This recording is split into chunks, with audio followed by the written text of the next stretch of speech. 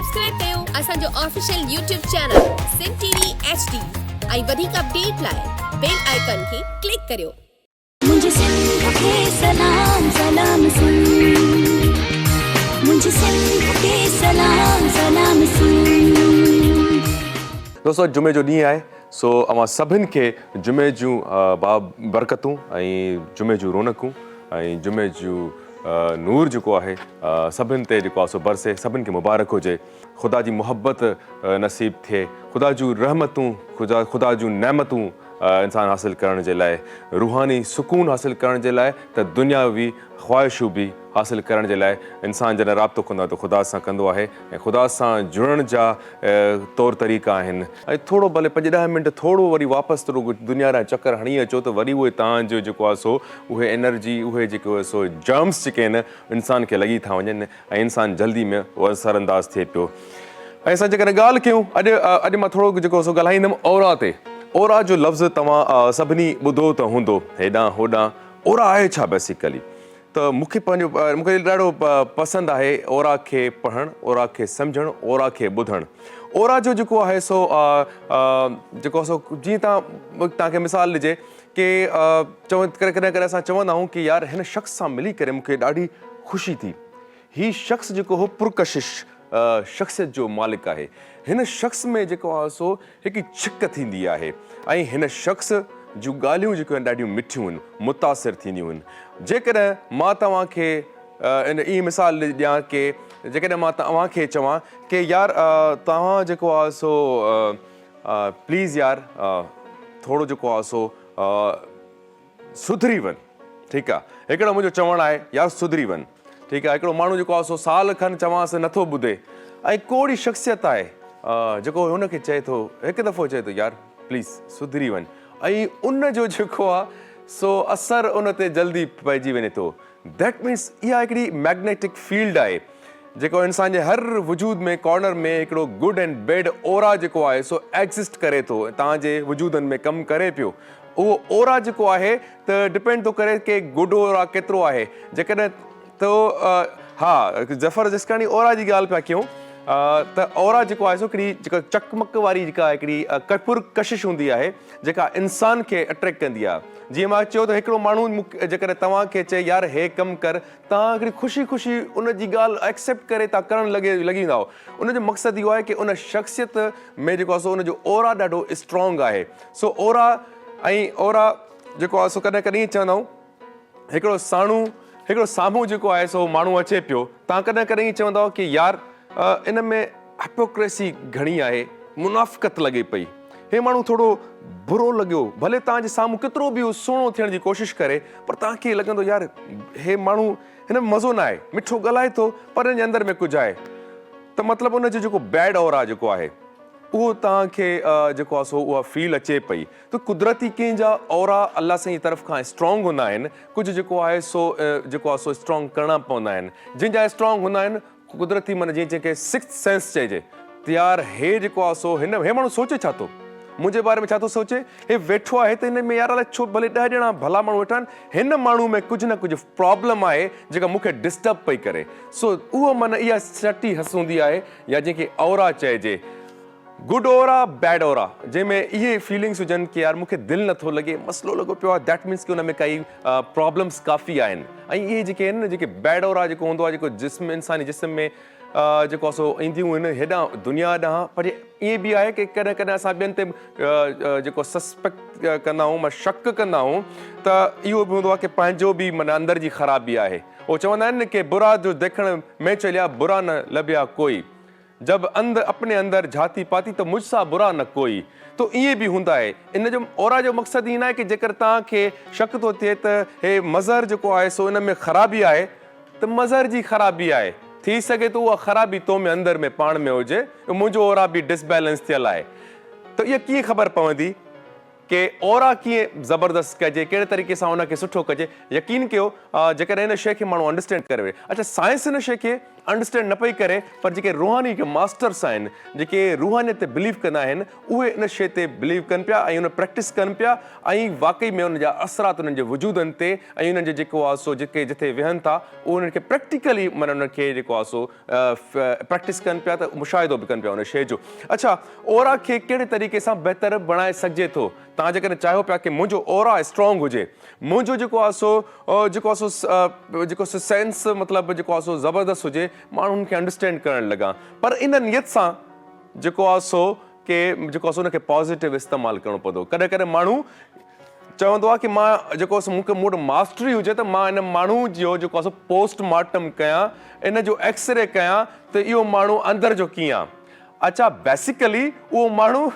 उनजी शुरूआत इंटेंशन सही उनजा ख़राबु हूंदा आहिनि, छो जो हो उनजा ऐब कढणु उनखे पंहिंजो जेको आहे सो तकबुर ॾेखारण जे लाइ बि माण्हू इन कोशिशुनि में लॻंदो आहे त तव्हांजो हिकिड़ो बेसिक ई ख़राबु निकितो की तव्हां जेको इरादा ई ग़लति आहिनि त उन में तव्हांजी इंटेंशन्स ख़राबु हुजनि त उहो बि माना तव्हांजी बैड इम्पैक्ट कंदो तव्हांजी बॉडी ते, न की तव्हांजो जेको आहे सो गुड इम्पैक्ट ईंदो। सो सुठे ओरा जी पहिरीं जेका सो प्रैक्टिस आहे उहा आहे जेको आहे हिनखे चइजे की पॉज़िटिविटी, पॉज़िटिव रहणु। पॉज़िटिव माना जी उहा सुठो सुठो जेको आहे सो न कल्टिवेट पॉज़िटिव थॉट्स माना इंक्रीज़ करण जे लाइ, पॉज़िटिव एनर्जी खे इंक्रीज़ करण जे लाइ उहो जेको आहे सो तव्हां जेको आहे सो पॉज़िटिव जी तरफ़ वञो। ऐं उन खां पोइ आहे मेडिटेशन, जंहिंखे असां चऊं मेडिटेशन चओ। तव्हां जेको आहे सो जंहिं बि मज़हब सां तालुक़ु रखो पिया, तव्हां जिथे बि आहियो, पर जेको आहे सो जॾहिं ख़ुदा सां कनेक्ट करण जी कोशिशि पिया कयो त हिकिड़ो वाहिदो ई तरीक़ो हूंदो आहे, दुनिया जा मसला या रूहानी मसला उहो हल थींदा आहिनि ख़ुदा सां कनेक्ट थियण सां। मां सम्झां पियो कोई बि जेको आहे सो दुनिया जी काई ताक़त, कोई माण्हू, कोई सिस्टम नथो करे सघे, पर जॾहिं वेझड़ाई रब जी हूंदी, वननेस जॾहिं ईंदी ऐं मनफ़ी पाण खे इंसानु करे छॾींदो, पाण खे माइनस करे जॾहिं अॻिते क़दम वधाईंदो रब जे लाइ, त रब जेको आहे सो 10 क़दम तव्हांजी तरफ़ माना पैदा कंदो ईंदो। ॿी ॻाल्हि आहे माइंडफुलनेस। माइंडफुलनेस आहे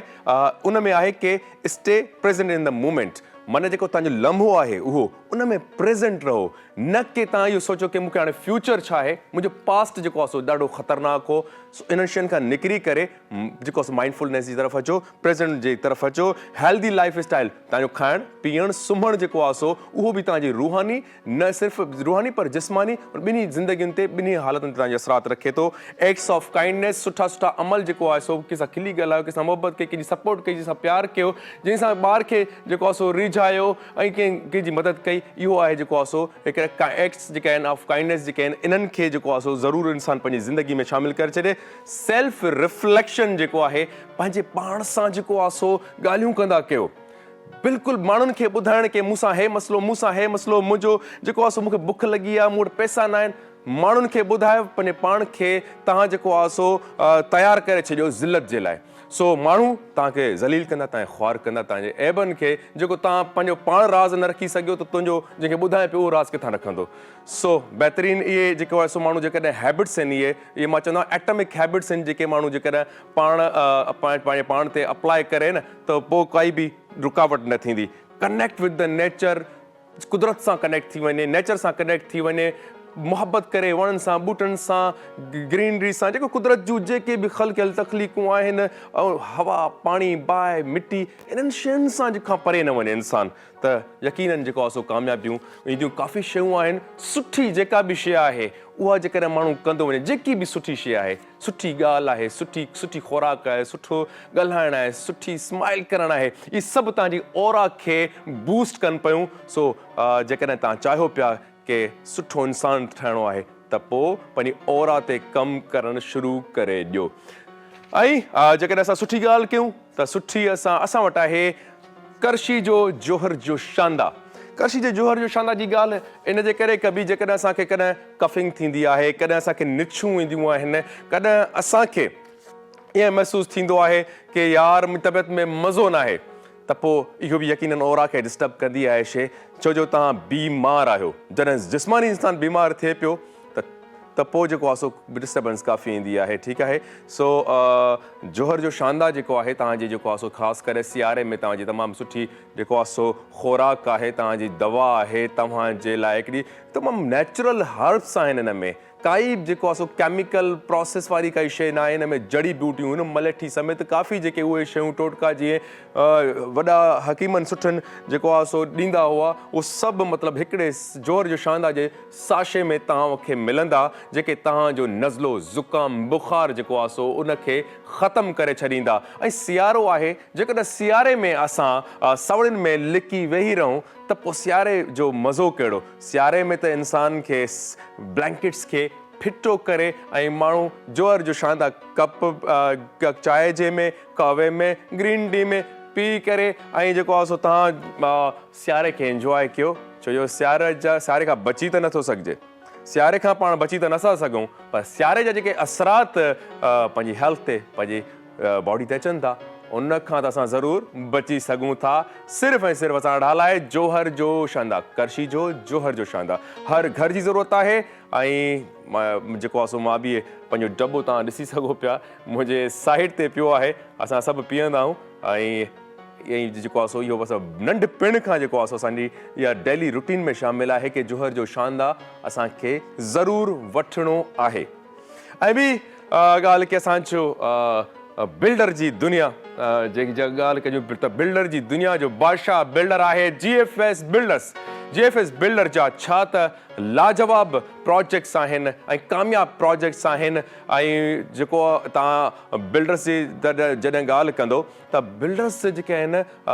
तव्हांखे प्लॉट घटि चूरनि घणी सेल कंदा आहिनि मां चवंदो आहियां। ऐं तव्हांखे हेॾां होॾां जूं ॻाल्हियूं करे तव्हांखे रेट्स कुझु ॿुधाईंदा पर हिडन चार्जिस एॾा हूंदा ऐं तव्हांखे ॾाढो ट्रैप करे होॾे होॾे करे चवंदा। पर GFS बिल्डर्स ॻाल्हि करे पियो कि तव्हांखे 80-120 गज़ जा प्लॉट जेके आहिनि उहे 35 लखनि जो प्लॉट सिर्फ़ु ऐं सिर्फ़ु 26 लखनि में सो बि आसान किस्तुनि ते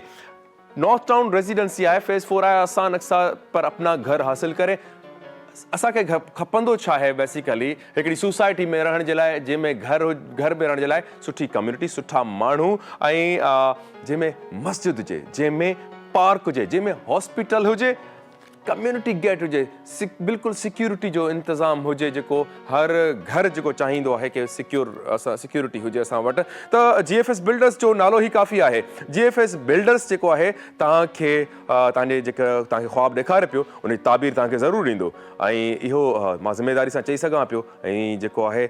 जेकॾहिं तव्हां GFS बिल्डर वारनि सां राब्तो कंदा ऐं सिंध TV जो ऐं सलाम सिंध जो जेकॾहिं रेफरेंस ॾींदा त थी सघे थो तव्हांखे जेको आहे सो अञा घणो डिस्काउंट मिली वञे। सो हिन अपॉर्चुनिटी खे अवेल कयो छो जो प्रॉपर्टी जा हिन टाइम जेके रेट्स आहिनि काफ़ी डाउन लॻा पिया आहिनि। सो पंहिंजी बजट्स जेके आहिनि हेॾां होॾां ज़ाया करण खां बहितर आहे कि तव्हां पंहिंजी जेको आहे सो प्रॉपर्टी में इन्वेस्ट कयो। ऐं प्रॉपर्टी जो जेकॾहिं कारोबार बि आहे तमामु बहितरीनु आहे ऐं सुनत बि आहे। ऐं नबी सल्लल्लाहु जो फरमान बि आहे कि मिट्टी जेको ज़मीन आहे इन में तव्हांखे नफ़ो ई नफ़ो मिलंदो, नुक़सानु न मिलंदो। मिट्टी सोन जे बराबरि आहे ऐं मिट्टी वाक़ई में सोन आहे। तव्हांखे जेका हाणे थोरो नज़र फेराईंदो जिथे कराची में सॼियूं ज़मीनूं खेती ॿाड़ी हूंदी या सॼे तव्हां इवन तव्हां रूरल एरियाज़ में बि हलिया वञो तव्हांखे हिन टाइम रुगो क्रॉकरी बिल्डिंग्स ज़मीनूं ख़तमु थींदियूं पियूं वञनि, लैंड्स ख़तमु थींदियूं पियूं वञनि। पोइ उन टाइम तव्हांखे ज़रूरत आहे कि तव्हां पंहिंजो प्लॉट वठो, अहिड़ो प्लॉट वठो जंहिंमें जेको आहे सो हिकु त तव्हांजो कारोबार भले करणु चाहियो कारोबार में बि कमु अचे पर तव्हांजे ॿारनि जो सुभाणे जी ख़बर न आहे कि हालात कहिड़ा काॾे पिया वञनि, महांगाई काॾे पई वञे। सुभाणे थी सघे थो तव्हांजे तव्हांजा जेको आहे सो ॿारनि खे प्रॉब्लम थिए उहे रेंटल अफोर्ड न करे सघनि ऐं जेको आहे सो पंहिंजो घर जेकॾहिं उन्हनि खे हूंदो, पंहिंजी छित हूंदी त तव्हांखे जेको आहे सो दुआऊं कंदा। सो व्यूअर्स तमामु जुमे जो वरी सां तव्हांखे खोड़ सारियूं जेको आहे सो दुआऊं तव्हांजे लाइ, तव्हां असां लाइ दुआ कयो, असां तव्हांजे लाइ दुआऊं कंदा रहियासीं। ऐं वरी मुलाक़ात कयूं था अचूं था हिन शॉर्ट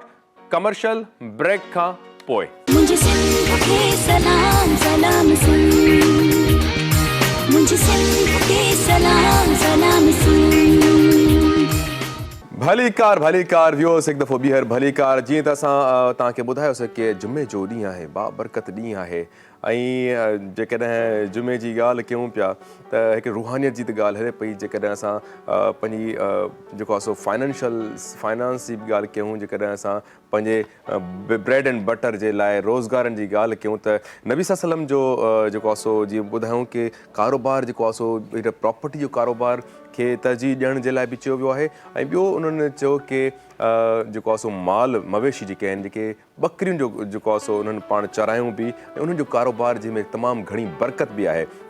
त उहा ॻाल्हि जॾहिं यादि अची वई त असां सां महिमान जेके आहिनि मौजूदु आहिनि जेके बि असांजा ॻोठ वारा ख़ासि करे न सिर्फ़ु ॻोठ वारा पर शहर वारा जेके कराची में रहनि था उन्हनि जे लाइ बि हिकिड़ो मां सम्झां पियो कि इलाही तमामु इंफॉर्मेटिव प्रोग्राम आहे। त मां तव्हांखे गुज़ारिश कंदुमि वरी गुज़ारिश कंदुमि त भले तव्हां स्मॉल बिज़नेस करणु था चाहियो या को वॾो बिज़नेस था करणु चाहियो, अॼु तव्हांखे उहा शइ जेको आहे सो असां बॉक्स खोलण वारा आहियूं जेका इंफॉर्मेशन जो जेको तव्हांजो दिमाग़ खे बिल्कुलु मां सम्झां पियो कि हिलाए छॾींदो ऐं तव्हां सोचींदो हे मतिलबु आइडिया ऐं असल पैसा त हूंदा ई आइडिया जा आहिनि। सो तव्हांखे फ्री में जेको आहे सो इंफॉर्मेशन उहा ॾियूं पिया। सो मां वेलकम कंदुमि असां सां गॾु महिमान आहिनि डॉक्टर केवल असुदानी साहब, स्पेशलिस्ट इन वेटनरी डॉक्टर आहिनि, जानवरनि जा डॉक्टर। ऐं अॼु न सिर्फ़ु जानवरनि जी हेल्थ ते असां ॻाल्हाईंदासीं, जानवरनि जी जेको आहे सो उनजे जेको उन सां मुहबत करण ते ॻाल्हाईंदासीं ऐं जानवरनि सां अटैचमेंट ते ॻाल्हाईंदासीं। पर जानवर केतिरो असांजे मतिलबु रोज़गार जो ज़रियो थी सघे थो, कारोबार जो ज़रियो थी सघे थो, इहो माना अॼु तव्हांखे जेको आहे जहिड़े तरीक़े सां इंफॉर्मेशन मिलंदी मां यकीन सां चई सघां थो कि तव्हां उन ते अॼु खां ई अमल करणु शुरू करे ॾींदा। साईं तव्हांखे केवल असुदानी साहब वेलकम था कयूं सलाम सिंध जी ट्रांसलेशन में। उन खां पोइ असांजी ॿी महिमान आहिनि मिस मैगी इकबाल। मैम आप टीचर भी हैं और सोशल वर्कर भी हैं। गुज़िश्ता 35 सालों से आप जो है इंसानियत के लिए काम कर रही हैं, फलाह बहबूद के लिए उनकी काम कर रही हैं। सो हम आपको वेलकम करते हैं सलाम सिंध की ट्रांसमिशन में। सो असां वटि तमामु जिम्स आहिनि, तमामु सुठा महिमान आहिनि जो पुॼी चुका आहिनि। सभ खां पहिरियां मां हलां पियो साईं असांजा प्यारा जेको आहे सो गुलूकार छो जो असांजो हिकिड़ो कचहरी जा जेको असां गॾु जेको आहे सो रूह जी ग़िज़ा म्यूज़िक बि खपंदी आहे। सो असां सां गॾु मास्टर इनायत अली बि मौजूदु आहिनि ऐं असांजा जेको आहे सो उन्हनि खे बि वेलकम कयूं पिया। उस्ताद बादल राही जेके आहिनि उन्हनि खे बि भलीकार, मोहम्मद अली नाले मिठो उन्हनि तव्हांखे बि भलीकार पिया कयूं ऐं बाक़ाइदा प्रोग्राम जो आगाज़ कयूं पिया साईं केवल आसुदानी साहब खां। साईं जी सर, सभ खां पहिरियां जीअं असां ॻाल्हि पिया कयूं जुमे जो ॾींहुं बि आहे ऐं असां जॾहिं महांगाई जी ॻाल्हि बि कयूं पिया त सभ खां पहिरियां अॼु तमामु इंपॉर्टेंट क्वेश्चन्स मूंखे करणा आहिनि। कोई अहिड़ो क्वेश्चन न कंदासीं जेको असांजी का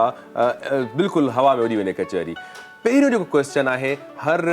माण्हू जेको आहे सोचे पियो मूं वटि को बिज़नेस हुजे ऐं नबी करीम सल्लल्लाहु अलैहि वसल्लम जन फरमायो आहे कि जेको आहे सो ॿकरी जो या जानवरनि जो जेको कारोबार आहे इन में बरकत ई बरकत आहे। ऐं अॼु जो दौर जेको आहे सो साबित बि करे पियो जॾहिं ज़मीन मिटी जेको आहे सो ख़तमु थींदी पई वञे ऐं जॾहिं जेको आहे सो हे जेको आहे सो माण्हुनि जो खीर जानवर जेको आहे सो हाणे ख़तमु थींदा पिया आहिनि, पैकेट्स जी तरफ़ खीर अची वियो आहे ऐं उन मां अॼु जेको आहे सो साइंस बि चए पई कि तव्हांजी कैंसर वधे पई इहे पैकेट्स जा जेके सो खीर पी करे। हाणे माण्हू वरी नेचर जी तरफ़ वञनि पिया। मुंहिंजे नबी सल्लल्लाहु अलैहि वसल्लम जी शान उनजे मान तां सदको वञा, उन जेको जेके बि ॻाल्हियूं कयूं आहिनि इंसान जी बहितरी लाइ कयूं आहिनि, पंहिंजे इंसाननि जे जेको आहे सो फलाह लाइ ॻाल्हियूं कयूं आहिनि। तव्हां हाणे ॿुधायो असांखे, हिकु त पहिरियां मां ईंदुमि जेको सो नंढा माण्हू बिज़नेस करणु जेकॾहिं चाहिनि, ठीकु आहे, जानवरनि जो कारोबार कनि त तव्हां उहा उन्हनि खे सलाह ॾियो त कहिड़ो कारोबार कीअं शुरू कजे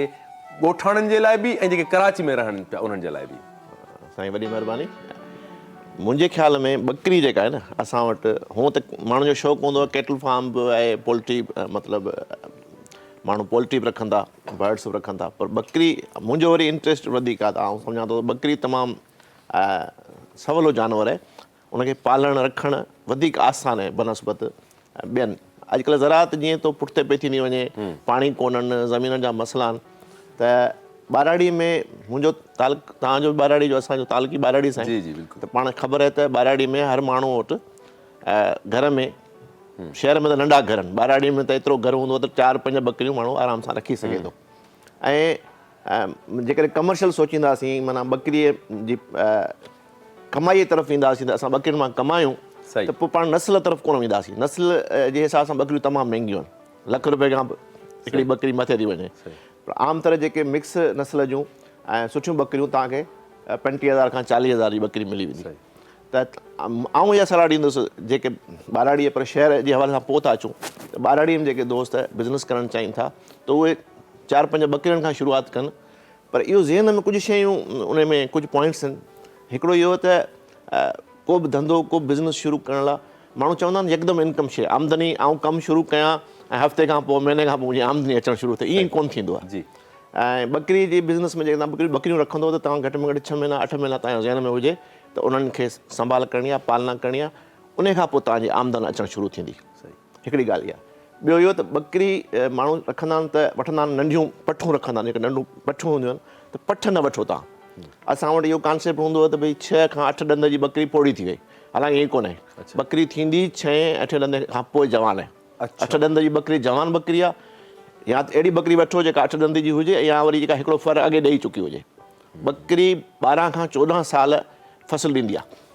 माना बचा ॾींदी आहे सही त तव्हां अहिड़ी ॿकरी वठो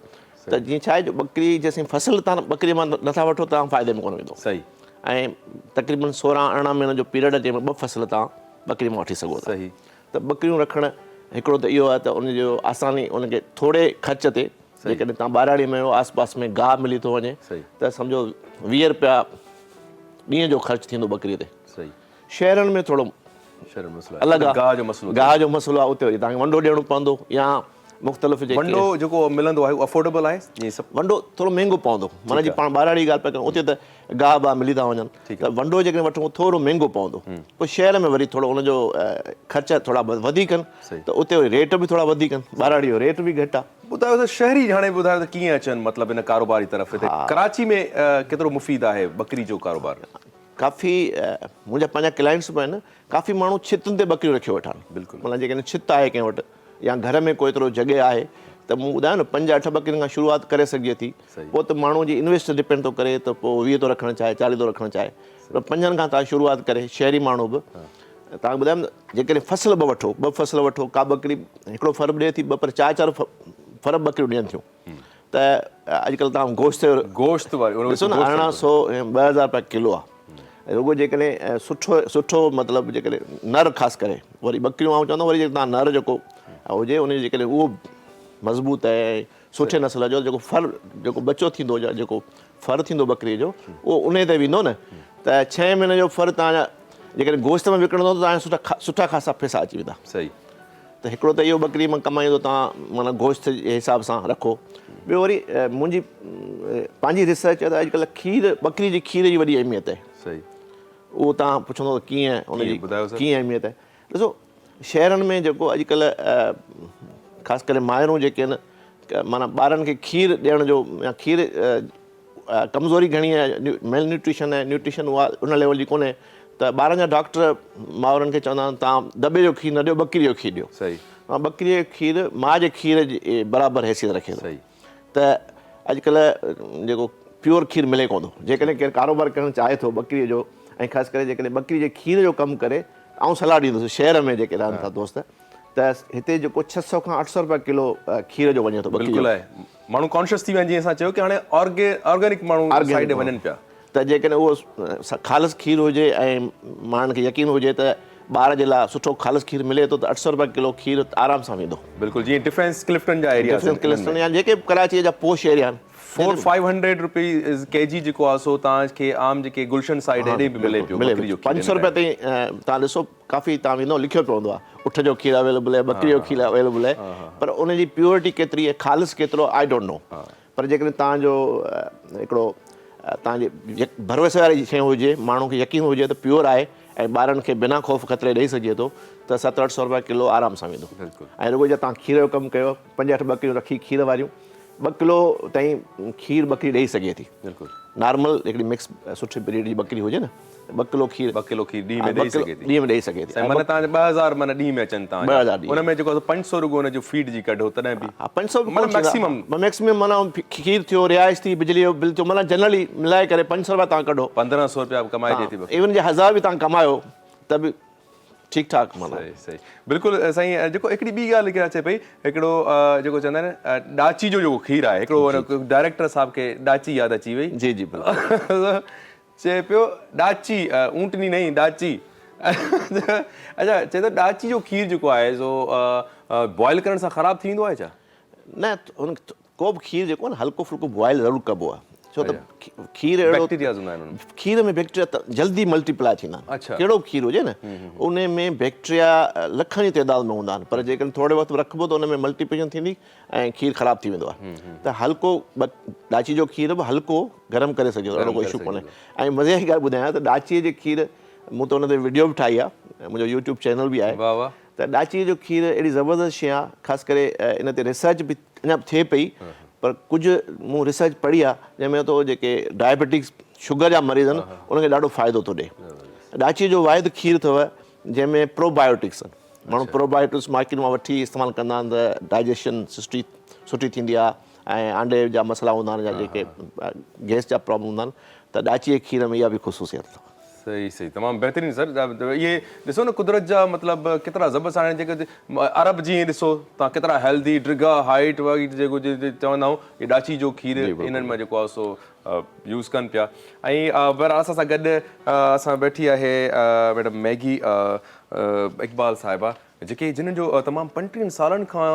कमु आहे कि इंसानी फलाह बहबूद जे लाइ कमु कनि। मैडम सबसे पहले तो आपको हम अगेन वेलकम करते हैं, और एक औरत हो के और मतलब अपनी पूरी ज़िंदगी आधी ज़िंदगी दे देना जो है वहाँ इन लोगों की खिदमत में, ये एक समझता हूँ कि बहुत ही अच्छे एक ब्लेस्ड हैं आप। सो आप मुझे बताएं कि क्या ऐसी चीज़ें जिस पे काम कर रही हैं? एजुकेशन पे आपने बताया कि आप काम कर रही हैं बच्चों की। जी, मैं एजुकेशन पे काम कर रही हूँ, और ये मैंने तकरीबन जब मैं 13-14 साल की थी तो तब से मैंने शुरू किया। मैं 7th क्लास की स्टूडेंट थी, तो उस वक्त मैं जो है घर में ट्यूशन पढ़ाया करती थी। डॉक्टर शमा अजीज़ एक यूनिवर्सिटी की स्टूडेंट थी, उन्होंने अपने मैं वही बात कर रहा था जब इंट्रो दे रहा था कि वो एक्ट्स ऑफ काइंडनेस जो है ना, वो जो है आपकी ऑरा को बहुत मजबूत करता है, और वही काम है। एक आप काम कर रहे हो कि आपको कुछ मिलेगा, ठीक है, वो भी चलो किसी हद तक सही है, फिर भी बंदा कुछ ना कुछ कर रहा है, उसी काम में लगा हुआ है, लेकिन ठीक है, इंसान की ज़िंदगी में ज़रूरियात हैं। लेकिन एक बंदा जब कोशिश करे कि मुझे अपनी ज़िंदगी वक्फ करनी है बिना किसी अनकंडीशनली, मतलब जो है अपना सर्व करे, तो मैं समझता हूँ कि आज के दौर का वो वली है। क्योंकि आजकल हर कोई बंदा अपने लिए, अपनी फैमिली के लिए, अपने सेल्फ के लिए लगा हुआ है, लेकिन इस दौर में अगर आप दूसरों की मतलब मदद करें, खिदमत करें, तो ये एक अल्लाह की तरफ से मतलब ब्लेसिंग है। सो व्यूअर्स, कचहरी पंहिंजी हलंदी रहंदी। टाइम थी वियो आहे पंहिंजे गाने जो। सो असां सां गॾु मास्टर इनायत मौजूदु आहिनि। मास्टर इनायत, छा पिया ॿुधायो असांखे? मरोम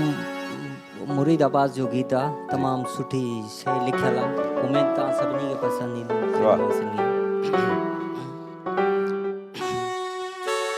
हीअं मूंखे विसार वेठो हो ॼण हुन जो कुझु बि न आहियां धारियो आहियां, ज़ाहिद मीराणी बेदर्दे जा ओ कहिड़ा सूर ॿुधायां धारियो ओ रोअंदो हुयो मुंहिंजे लाइ जूं नईं सजण खे मां यादि ॾिनायां, रोअंदो हुयो मुंहिंजे लाइ जूं नईं सजण खे मां यादि ॾिनायां, हो शायदि पीरीअ खां मां विसरी वियो आहियां, हो शायदि सजण खां मां विसरी वियो आहियां, रोअंदो हुयो मुंहिंजे लाइ जूं नईं सजण खे मां यादि ॾिनायां, हो शायदि पीरीअ खां मां विसरी वियो आहियां, हो शायदि सजण खां मां विसरी वियो आहियां।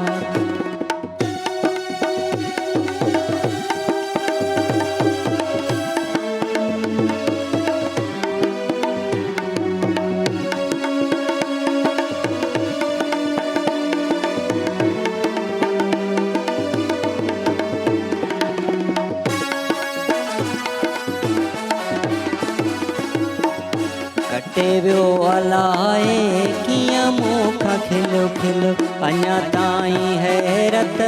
में आ मुझे दिल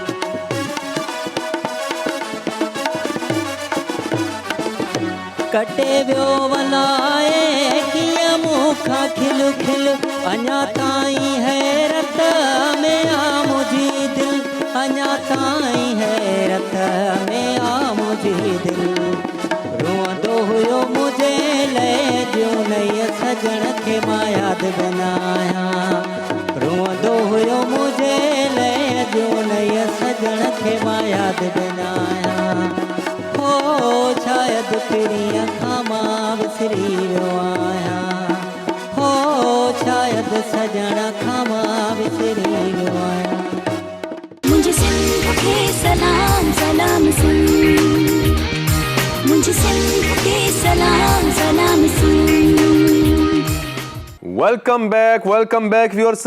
असांजी हले पई दिलचस्प कचहरी तव्हां जेकर कारोबार जी ॻाल्हि कयो जानवरनि सां प्यार जी ॻाल्हि कयो त वाकई में हिकिड़ा माण्हू हूंदा आहिनि जेके सोचींदा आहिनि कि रुगो जानवर पाले जेको आहे सो गोश्त विकिणणो आहे ऐं जेको आहे सो काटम काटी करणी आहे खीर विकिणणो आहे ऐं उन्हनि ते वरी पोइ जानवरनि खे खोराक ॾींदा न आहिनि त उहो खोराक ॾींदा कोन जेकर ॾींदा बि त उन्हनि खे इहा लालच हूंदी की भई जेको आहे सो यार जानवर असांखे खीर ॾींदो या गोश्त वधाईंदो प्यार न हूंदो आहे उन्हनि खे साईं हिकिड़ो माना मां इहो चवां थो कि कारोबार ज़रूरु करे पर हिकिड़ो जेको जीअं असां इंसाननि जे राइट जी ॻाल्हि कंदा आहियूं ओड़ो जानवरनि जा बि राइट्स हूंदा आहिनि ठीकु आहे न साईं पोइ अहिड़नि माण्हुनि खे कहिड़ी नसीहत करणु चाहींदो बीइंग अ डॉक्टर बि एंजल्स हूंदा आहिनि न ॾिसो न जीअं माण्हू खे प्यार ज़रूरत आहे जानवरनि खे बि तव्हां घर में जेकॾहिं को बि जानवर रखो था चाहे ॿकरी जो नंढो बच्चो फरी रखो या तव्हां ॿिली रखो कुतो रखो जेकॾहिं उनखे प्यार ॾींदो न तव्हांखे बि ओतिरो ई प्यार मिले थो जानवर खां बि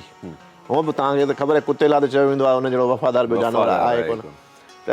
प्यार जे बदिले प्यार आहे ऐं इहा रिसर्च आहे हाणे रिसर्च आहे जदीद रिसर्च आहे त एंज़ाइटी घटि थिए थी जेकॾहिं जानवर रखे थो माण्हू उन सां प्यार वारो बिहेवियर करे थो त माण्हू जी एंज़ाइटी घटि थिए थी ऐं साईं काफ़ी मतिलबु जेके एक्सपर्ट जेके चवंदा आहिनि उहे चवंदा आहिनि कि पंहिंजो ॿार खे पेट जेको आहे सो एडॉप्ट करायो उनखे पालण लाइ ॾियो त उन में जेको आहे सो हिकिड़ो मोहबत वारो जेको आहे सो उहा हिकिड़ो चइजे अंसर उहो वधंदो प्यार करण जो जज़्बो वधे जज़्बो वधंदो अच्छा साईं इहा त प्यार जी असां ॻाल्हि कईसीं हिकिड़ी ॻाल्हि जेको आहे सो आम असांजा जेके ख़ासि करे ॻोठाणा जेके आहिनि उन्हनि वटि जेको आहे सो ज़रूरी इंफॉर्मेशन इहा ॾियणी आहे छा जेके गवर्नमेंट जा जेके इदारा आहिनि जेको असांजो लाइव स्टॉक डिपार्टमेंट आहे छा जेके वैक्सीनेशन्स आहिनि माण्हू जेको आहे सो वैक्सीनेट न कराईंदा आहिनि शायदि के अफोर्ड न कंदा आहिनि कि या शायदि के लाइट वठंदा हुजनि इन जे करे न कराईंदा आहिनि पर कुझु माण्हुनि खे इहा ख़बर न आहे कि गवर्नमेंट फ्री में वैक्सीनेशन जेको आहे सो फ़राहम कंदी आहे जीअं इंसाननि जे लाइ बि आहे त ईअं जानवरनि जे लाइ बि आहे सो माण्हुनि खे ॿुधायो त कहिड़े तरीक़े सां कहिड़ियूं वैक्सीनेशन्स आहिनि ऐं कहिड़े तरीक़े सां माण्हुनि जो एक्सेस थी सघे थो उन्हनि ताईं गवर्नमेंट सिंध गवर्नमेंट जी ॻाल्हि कयां थो त तमामु हिकिड़ो वसी नेटवर्क आहे जिन में माण्हुनि खे सेखारियो वैक्सीन करणु अच्छा ॿार ॻोठनि में नौजवाननि खे सिखिया ॾिनी वई गोश्त जी अलॻि हूंदी आहे स्किन जी अलॻि न वैक्सीन टोटल घणो करे वैक्सीन जेका न सभु स्किन में लॻंदी आहे खल छिके करे खल में लॻंदी आहे त वैक्सीन कराइण जो इहो फ़ाइदो त तव्हां पंहिंजे नुक़सान खां बचंदो सही ऐं तव्हांखे चंद बीमारियूं ॿुधायूं आहिनि जंहिंजी वैक्सीन थिए थी गर्मी जेको ख़ासि करे बारिश जो हूअं त 12 महीना बीमारियूं हलनि थियूं पर हिकिड़ो मख़सूस पीरियड आहे त बारिशूं जॾहिं पवनि थियूं त गुलगोटो बीमारी थींदी आहे साह जी बीमारी थींदी आहे त उहा वैक्सीन जेका आहे गुलगोटे जी वैक्सीन जेका आहे साह बि लॻंदी आहे वॾनि जानवरनि खे ऐं ॿी तव्हांखे ॿुधायमि त foot and mouth FMD vaccine आहे जीअं जाबली इलाइक़ा आहिनि उते वरी एंथ्रेक्स बीमारी थींदी आहे ठकाण जंहिंखे चवंदा आहियूं जानवर चङो भलो बीठो हूंदो राति जो चङो भलो सुबुह जो रड़ करे मरी वियो ॿकिरियुनि में तमामु ख़ासि करे जबल जो इलाइक़ो माण्हू वरी पोइ चवंदा नांग चकणी हा माण्हू पोइ अजीब जिन हुआ नज़र लॻी वियसि अॻे पुराणो हूंदो त भई जिन असां जानवरनि में बि कढिया जानवरनि कढिया न मतिलबु जिननि जानवर मारे छॾिया अहिड़ी बीमारी अहिड़ी आहे बिल्कुलु चङो भलो ठीकु ठाक जानवर बीठो आहे सुबुह जो तव्हां ॾिसो जानवर मोह पिया बिल्कुल हर जगह पे मतलब आपका जो एरिया है हर जगह पे के हम क्या कहते हैं कि कुछ वो जो है अच्छे लोग भी हैं जो मतलब साहिब हैसियत जिनको बोला जाए तो हर कम्युनिटी में वो भी होते हैं क्या उनसे आप कांटेक्ट करती हैं कि सपोर्ट करें बच्चों को कि हम आप अच्छा काम तो कर रही हैं ताकि हम ज़्यादा अच्छा काम कर सकें बहुत ज़्यादा नहीं, लेकिन कुछ लोग आ करते जाते हैं हमारे सपोर्ट में। जैसे मैंने आपको बताया कि मेरा भतीजा है, जब मैंने स्कूल शुरू किया तो उस वक्त वो पैदा हुए, तो मेरे भाई ने कहा अच्छा स्कूल खोल रही हो, चलो फिर नाम भी इसी का ही रख लो। तो शान चिल्ड्रन एकेडमी के नाम से था, ज़िशान नाम है उनका। तो मेरा भतीजा, 2 भतीजे हैं, वो मुझे सपोर्ट करते हैं कि बाजी ये आप जो है ना, पुप्पो नहीं बोलते, बाजी ये आप जो है ना हमारी तरफ से हमारा कंट्रीब्यूशन है। ईयरली वो आते हैं, गरीब फैमिलीज़ को राशन भी देते हैं, चीज़ें, फिर कुछ बच्चों की फ़ीस देते हैं। तो कभी कभी कोई और भी जिनके दिल में खुदा ख्याल पैदा करता है तो वो भी आ जाते हैं। तो हम कहते हैं ठीक है, हमारे कारवां में लोग शामिल होते हैं, तो बहुत ज़्यादा नहीं, लेकिन हम कहते हैं something is better than nothing. सही, बहुत अच्छी बात है। आज जुमे का दिन है, तो मैं जहाँ तक मेरी छोटी सी जो इल्म में मेरी बात है, कहते हैं कि जो सबसे बड़ा अगर सदके की बात कहते हैं कि जो बलाओं को टालता है, जो आपकी मुसीबतों को टालता है, सदका आपकी जो है मौत को भी टाल सकता है। सदका इतनी बड़ी अहमियत रखता है। जब सदके की बात करें ना, तो सबसे किसी एक फ़कीर से पूछा गया तो कि सदका बड़ा सदका कौन सा है, तो उन्होंने कहा कि तालीम किसी को आप दे रहे हो ना, तो वो सब सदकों से अफजल सदका है किसी को इल्म फराम करना, किसी को तालीम देना। सो इहो सदको साईं मां सम्झां पियो कि वॾो सदको आहे। छो जो जॾहिं ॿारु पढ़े पियो ऐं पढ़ंदो, इल्मु हासिलु कंदो, त ॿियनि जा हालात तब्दील कंदो। सो बिल्कुलु पंहिंजी कचहरी हलंदी रहंदी। असां सां गॾु इनायत साहब आहे। हाणे उस्ताद बादल असांखे कलाम ॿुधाईंदा। उस्ताद बादल छा पिया ॿुधायो अॼु? असांजो ही जिस्म सोहणो मिटीअ जो ढेर थी बींदो, असांजो ही जिस्म सोहणो मिटीअ जो ढेर थी बींदो। फिरी प्यारनि खे प्यारो पो, फिरी प्यारनि खे प्यारो पो, वरी ॿियो केरु थी वेंदो। असांजो ही जिस्म सोहणो मिटीअ जो ढेर थी वेंदो।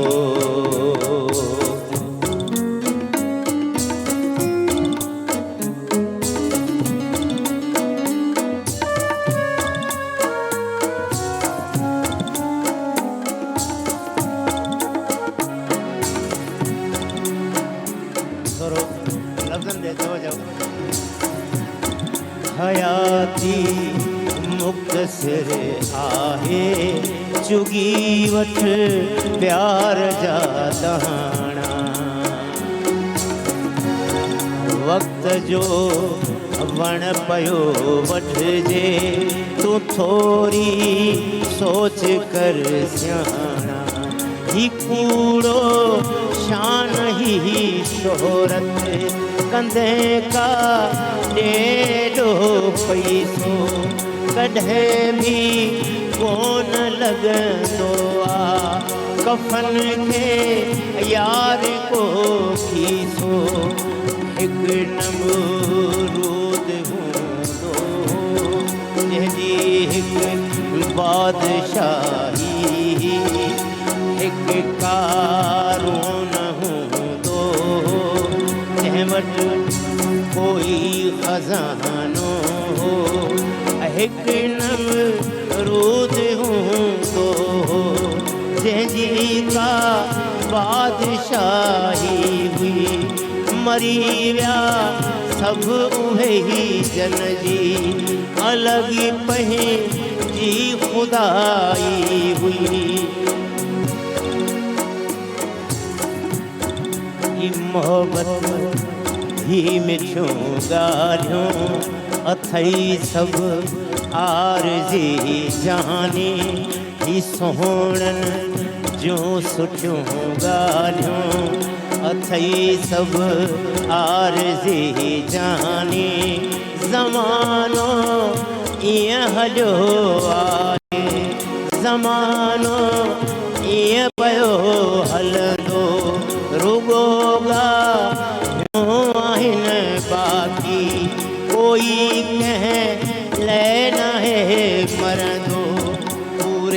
तू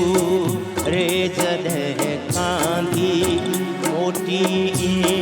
दात तॾहिं ते हिन वॾा ठह वॾियूं ताड़ियूं लॻाई दात ते हिन वरी जे कुल कोई पढ़ंदो हिकु मिंट हूंदी ख़ामोशी वरी साॻियूं हूंदियूं ॻाल्हियूं वरी साॻी सरगोशी तूं कहिड़ा तूं कहिड़ा केरु हुए भाऊ शायदि शाद हूंदे तूं कहिड़ा केरु हुए भाऊ शायदि इरशाद हूंदे तूं मरण खां पोइ कंहिंखे बि न भाऊ यादि हूंदे तूं आहीं जीअरो त पोइ हिंदड़े छॾे किरदार वञे पंहिंजो तूं हिंदड़े ॿियनि खे संजो कर थियणो अथई जे अॻे संजो खटींदो बसि उहो जेको खटींदो बसि उहो जेको ज़बर मां ज़ेर थी वेंदो असांजो ही जिस्म सुहिणो मिटीअ जो ढेर थी वेंदो फिरी प्यारनि खे प्यारो पोइ वरी ॿियो केरु थी वेंदो असांजो ही जिस्म सुहिणो मिटीअ जो ढेर थी वेंदो मिटीअ जो ढेर थी वेंदो वाह कमाल कमाल जा लफ़्ज़ ऐं असां जॾहिं मां ॻाल्हि जेका असां थोरो फोकस कंदा आहियूं की इबादतुनि ॾे अचो रब जी वेझड़ाई ॾे अचो त अलाह साईं जेको आहे सो 5 वक़्त असांखे कनेक्ट कयो आहे नमाज़ जे लाइ या डिफरेंट बिलीव्स जेके माण्हू चवंदा आहिनि जे इबादतूं थींदियूं आहिनि त इहे यादि ध्यानु ईंदी आहे कुल नफ़्सुन ज़ाइक़तुल मौत हिकिड़ो माना जेकॾहिं हिन ते फोकस कयूं त माना असां वाकई में इहो सम्झूं बि था बिलीव बि आहे त मरणो आहे हे माल छॾिणो आहे दौलतूं छॾिणियूं आहिनि हे जेको गॾु था कयूं हे मुंहिंजो न आहे पोयां खाईंदा जेके पोयां जेके लालच में आहिनि उन्हनि खे बि ख़बर आहे त मुंहिंजो न आहे पोइ बि निर्जो माना हिकिड़ो इंसानु आहे केतिरो ज़ालिम आहे इंसानु पिणु जबर करे थो ऐं अलाह ताला फरमायो आहे की इंसानु बेशक खसारे में आहे ख़बर बि आहे त खसारे में आहे पोइ बि मन जुस्तजू लालच नथो छॾे रिश्तनि खे कोहे थो हिन मिल्कियत जे लाइ सो मां इहो मतिलबु जेकर रब जेको चयूं था न जेको नमाज़ूं वेझड़ाई इहे पंहिंजे पाण खे हाणे 5 मिंट सुठी ॻाल्हि कयूं पिया 5 मिंट खां पोइ निकिरंदासीं न वरी उन पंहिंजी मादी एक्टिविटीज़ में वरी उन मटीरियलिस्टिक थी वेंदासीं वरी कंहिंजे पंहिंजे जेको आहे सो मुफ़ाद जे लाइ माण्हुनि खे ॾंगींदासीं इहे माना इंसान जी फितरत माना का एतिरी आहे सो इंसान खे कोशिशि करणु खपे त वाकई इहे जेके जुमे जी नमाज़ आहे जेको ख़ुतबो थींदो आहे या जेके इहे असांजे वरी असांखे रिफ्रेश कनि पियूं ईमान खे माना असांखे वरी पंहिंजे ईमान खे ताज़ा करण जे लाइ इहे ज़रूरी शयूं आहिनि की इंसानु बैक थिए सो बिल्कुलु अलाह साईं सभिनि खे हिदायत करे की अलाह साईं सभिनि खे माना नेकी जे रस्ते ते हलण जी तौफ़ीक़ अता फरमाए सो वेस टाइम थी वियो आहे कमर्शियल ब्रेक जो मिलूं था हिन कमर्शियल ब्रेक खां पोइ मुझे सिंध के सलाम सलाम सुन मुझे सिंध के सलाम सलाम सुन भलीकार व्यूअर्स हिकु दफ़ो ॿीहर भलीकार सां टाइम थोरो आहे असां कोशिशि कंदासीं न थोरे टाइम तमामु घणियूं ॻाल्हियूं कयूं अच्छा मां जेको आहे सो साईं सां असांजो जेको आहे सो हे बि जेको आहे हा साईं अच्छा होॾे फ़ोन नथी लॻे न माण्हुनि जी त कुझु जेके माण्हू हिते बि फ़ोन कनि था अच्छा सही हाणे हिकिड़ी जेको आहे सो मां तव्हांखे तमामु इम्पोर्टेंट क्वेश्चन आहे जेके जानवरनि में डिज़ीज़िस जेके थियनि पियूं छा इहे जानवरनि जूं इंसाननि में या इंसाननि जूं जेके सो डिज़ीज़ जेके बीमारियूं आहिनि जानवरनि में ट्रांसफर थियनि पियूं अहिड़ियूं आहिनि छा? जी जी बिल्कुलु असां हुन हिकिड़ो टर्म आहे मेडिकल टर्म या वेटनरी टर्म चऊं ज़ोनेसिस चवंदा आहियूं ज़ोनेसिस माना अहिड़ियूं बीमारियूं जेकियूं माण्हूअ खां जानवर में जानवर खां माण्हू में ट्रांसमिट थी सघनि थियूं त अहिड़ियूं कुझु मख़सूस बीमारियूं ईअं त इलाही हूंदियूं 40-45 पर कुझु मख़सूस अहिड़ियूं आहिनि जेके आम तरह थी सघनि थियूं मतिलबु जीअं कॉमन हिकिड़ी टीबी जेकॾहिं जानवर में टीबी आहे त तव्हांजो खीरु पीओ था कचो खीरु पीओ था काढ़ियो नथा तव्हांखे टीबी थी सघे थी। अच्छा ईअं आहे? बिल्कुलु आहे। पोइ साईं हे जेको फॉर्म्स जेके असां खीर जेके पीऊं था जेके खुड़ियल जेके वाड़े जा खीर त असांखे त ख़बर न आहे त उन ते जानवरनि जो हाइजीन जो बि ख़्यालु न हूंदो या इहे खीर अचनि पिया मतिलबु न असां वटि हिकिड़ी इहा सुठी ॻाल्हि आहे त असां वटि माना इहो ट्रेडिशन चई सघिजे थो खीर बॉइल कयूं था ऐं बॉइल एतिरो बॉइल था कयूं जो खीर जा उहे जुज़ा ई ख़तमु थी था वञनि बॉइलिंग असांजी थोरी वधीक आहे त इहे बॉइल करण जे बीमारी सां जेको आहे सिहत जी वारा जुज़ा उहे ख़तमु था थियनि त बॉइल हिकिड़ी हद ताईं करिणो आहे त असां बॉइल कयूं था इन करे असांखे ख़तरो इन शइ जो कोन्हे कचो खीर कोन्हे वापराइणो। सही जीअं तव्हां सर ॻाल्हि कई पाण ॾाचीअ जी ॻाल्हि कई त इलाही माण्हू शौक़ु हूंदो आहे त ॾाची बीठी हुजे ताज़ो खीर त कचो खीर कॾहिं कॾहिं हेल्दी न हूंदो आहे जेकॾहिं पाण खे ख़बर न आहे जानवर में बीमारी बकरी में बि ईअं आहे या सिर्फ़ु ढगियुनि टोटल सभिनी जानवरनि में बॉइल करिणो आहे खीर बॉइल हिकिड़ी मख़सूस हद ताईं बॉइल करे पोइ इस्तेमालु करिणो आहे बॉइलिंग ज़रूरी आहे। हो असांजो डायरेक्टर चए पियो मां हाणे शूटिंग ते वियुमि त असांखे ताज़ो ओॾीमहिल जेको आहे न ॾोही करे माना बकरी जो खीर पीआरियूं उहो ज़बरदस्त आहे। बकरी जो खीर असांजो डायरेक्टर ॾाढो पीअंदो आहे हेल्थ पक हुजे त बकरी सिहतमंद आहे त कोई इशू कोन्हे। न हे डायरेक्टर सिहतमंद आहे त पक थी बकरी बि सिहतमंद बिल्कुलु बिल्कुलु बकरी जो खीर त सभ खां मूंखे आउं एज़ ए डॉक्टर माना मुंहिंजी पंहिंजी ज़ाती तजुर्बो आहे मूंखे सभिनी खां वधीक खीर बकरी जो पसंदि आहे हेल्दी बि आहे ऐं सिहत बख़्श आहे उन में एतिरा उन में जेको फैट परसेंटेज चर्बी जेका हूंदी आहे न उहा घटि आहे जे ग्लूटो चवंदा आहिनि न चर्बी जेके चवंदा आहियूं फैट परसेंटेज चवंदा आहियूं न उहा बकरी जे खीर में घटि में घटि आहे। सही सही ऐं पंहिंजी ॾाची जे खीर में बि घटि आहे। अच्छा 0.3% खां बि घटि आहे। सही सही सही मैडम ने चाहे मैडम आप जो है एजुकेशन पे काम करती हैं ठीक है ख़ास करके जो बच्चियाँ जो हैं उनको पढ़ाने के लिए मतलब जो है आप जाहिर सी बात है वो बड़ा एक जिम्मेदारी होती है कि किसी फलाई इदारे या जो एजुकेशन पे ही क्यों ना काम करता हो या किसी भी काम कर रहा हो बच्चियों को मतलब एक तो तालीम देने के लिए बंदा ऑलरेडी एक सोचता है 100 बार लेकिन आपको हालात भी देख रहे हैं आजकल जो चाइल्ड अब्यूज़ चल रहा है उस हिसाब से भी लोगों का ये कहना है कि जिस तरह से हालात हैं हम अपनी बच्चियों को इस वजह से भी नहीं भेज पा रहे कि जो बच्चियां हमारी सिक्योर नहीं है इस माशरे में तो उन चीज़ों को आप देखकर किस तरह से उनके पेरेंट्स को जो है मोबिलाइज करती हैं और किस तरह से आपने इंतज़ाम किया हुआ है कि बच्चियों की जो है उनको सिक्योर किया जाए इन हालातों से? काफ़ी मुश्किल है बच्चियों को पढ़ाना क्योंकि एक तो जो घर के माहौल हैं उसके बाद जब इलाके के अंदर आते हैं तो गली मोहल्ले में जो एनवायरनमेंट बना होता है वो उससे माँ बाप बहुत डरते हैं। फिर स्कूल के अंदर अगर को एजुकेशन है तो काफ़ी प्रॉब्लम आते हैं लेकिन ये कि पेरेंट्स को मोटिवेट किया जाता है कि देखिए मैं भी एक बेटी मैंने भी पढ़कर यहाँ तक अपनी कौम की खिदमत के लिए आई हूँ तो आपकी बेटियाँ भी जो है अगर पढ़ लिख जाएंगी तो एक ख़ानदान की तरक्की का बाइस बनेंगी। और फिर दूसरी बात है हमें ना सिर्फ बेटों पे बल्कि बेटियों पे भी ट्रस्ट करना चाहिए क्योंकि आपकी बच्ची जो है बहुत सारे ख़ानदानों में ऐसा होता है बेटे नहीं हैं बेटियां हैं तो वही अपनी फैमिली को सपोर्ट करती हैं। तो 35 साल के अरसा में मैंने बहुत सारी बेटियों को कामयाब किया और आज वो अपने फैमिलीज़ को सपोर्ट कर रही हैं। तो इस तरह मोटिवेट किया जाता है बहुत सारी स्टोरीज़ बताकर बहुत सारे लोगों को सामने लाकर और ना सिर्फ नॉर्मल बच्चियाँ डिसेबल बच्चियाँ भी क्योंकि पेरेंट्स हर वक्त तो साथ नहीं होंगे ना तो लाइफ में एक ऐसा वक्त भी आएगा बच्चे अलोन होंगे। टीचर्स जो हैं वो भी अगर पेरेंट्स का रोल अदा करें तो बिल्कुल, क्या है बिल्कुल बात है। ऐसे ही हम तो अभी यूनिवर्सिटीज़ में भी कल परसों भी एक मैं स्टोरी पढ़ रहा था किसी बड़ी रेप्यूटेड यूनिवर्सिटी है वहाँ के कोई वाइस चांसलर हैं उनका भी स्कैंडल आया है मतलब ये चीज़ें भी मतलब जब पेरेंट्स देखते हैं कि हम अपनी बच्चियों को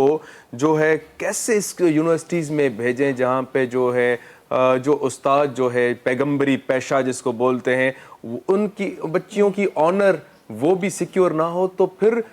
मतलब उनका भी सही बनता है कि कैसे इदारों में हम भेजें। तालीमी इदारों में अपनी बच्चियों को, तो क्या इंतज़ाम मतलब होना चाहिए? ये जो सिस्टम है उनको, उनकी जो है ऑनर को, उनकी इज़्ज़त को प्रोटेक्ट करने के लिए क्या बंदोबस्त होना चाहिए? क्या मैकेनिज्म बनाना चाहिए ऐसा गवर्नमेंट को इदारों में? बीइंग अ क्रिश्चियन, इदारों की बात तो चल, बीइंग अ क्रिश्चियन मैं कहती हूँ जिस खुदा ने पैदा किया वही हिफाजत करेगा, क्योंकि शैतान कभी भी किसी के दिल में आके बुरे ख्यालात पैदा करता है। खुदा पे तो ठीक है, खुदा ने भी ये नहीं कहा कि मुझ पे छोड़ दो, मतलब ये कि हमें इंतज़ाम तो अपने हिसाब से करने पड़ेंगे। खुदा ने भी हमें सेंस दिया है ना, तो काफ़ी जो सुसाइड्स जो हैं होती हैं तो खुदा ने, जाहिर बात है, शैतान भी रखा है तो एक इंसान को भी अशरफुल मखलूक़ात किया, उसमें दोनों चीज़ें हैं। तो मैं ये कहना चाह रहा हूँ कि मतलब कानूनी तौर पे या जो सिस्टम जो है किस तरह से इदारों में भी मतलब चेक एंड बैलेंस होना चाहिए, ताकि जो है जो ईविल जो है 1000 टाइम्स सोचे ये अमल करने को। ये तो है। अभी काफ़ी लोग देखे कैमरा लगा लेते हैं, बहुत सारी सिक्योरिटीज़ रखते हैं, बहुत सारी इंफॉर्मेशन और अवेयरनेस बच्चों को भी दी जाती हैं कि आप अपने आप को कैसे सेफ एंड सिक्योर कर सकते हैं।